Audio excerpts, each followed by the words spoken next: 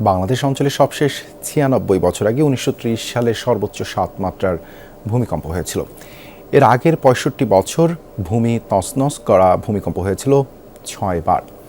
বিশেষজ্ঞরা বলছেন, নিশ্চিত কিছু বলা না গেলেও প্রায় ১০০ বছর পার করা ওসব প্লেট যে কোনো সময় তীব্র ঝাঁকুনি সৃষ্টি করতে পারে। এই অবস্থায় বাসাবাড়ি সহ সব অবকাঠামো ভূমিকম্প সহনীয় করে তোলাই হবে প্রধান প্রস্তুতি। আলামিন হক অহনের প্রতিবেদনে বিস্তারিত।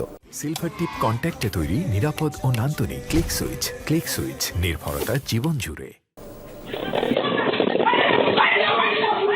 গেল বছরের ২১ নভেম্বর দেশের অভ্যন্তরে বড় ভূকম্পনটি হয়ে যায় নরসিংদীতে। ইন্দো বার্মা টেকটনিক প্লেটের এই অংশে ঝাঁকুনির মাত্রা ছিল ৫.৭। তখন বেশ কিছু প্রাণহানির খবর বয়ে এনেছিল প্রাকৃতিক দুর্যোগটি। মাত্র ৩ মাসের মাথায় শুক্রবার জুমার নামাজের পর ৫.৪ মাত্রার ভূমিকম্পে ফের কেঁপে উঠল সারা দেশ। চলতি মাস শেষ হওয়ার আগেই ১০ দফা ভূকম্পন, গড়ে প্রায় ২ দিনে একটি। এমন ঘন ঘন কম্পন কি বড় বিপর্যয়ের আভাস? বারবার যদি ভূমিকম্প হয়, আমরা জানি প্লেট বাউন্ডারিতে গেলে সেখানে এনার্জি সৃষ্টি হয়। এনার্জিগুলো জমা হতে হতে সে যদি আর জায়গা না পায়, তখন সেটা বিস্ফোরণ ঘটে, এনার্জিটুকু বের হয়ে আসে। এমত অবস্থায় বারবার যদি এরকম বের হওয়ার চেষ্টা করে, তখন সেখানে মনে হয় যে একটা বড় ধরনের ভূমিকম্প হতে পারে। সবশেষ ১৯৯৭ সালের ১২ জুন গ্রেট ইন্ডিয়ান আর্থকোয়েক ছিল ৮ মাত্রারও বেশি।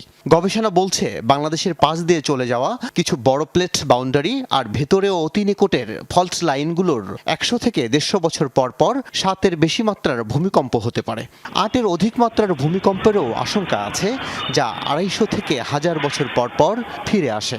বিল্ডিং অ্যাসেসমেন্ট করতে হবে, সেটা ইঞ্জিনিয়ারদের শিখাইতে হবে, আর আমাদেরকে উদ্বুদ্ধ করতে হবে। যদি বাড়ির মালিক, স্থাপনাগুলোর মালিক, তাদেরকে উদ্বুদ্ধ করতে হবে, না হয়তো তারা করবে না।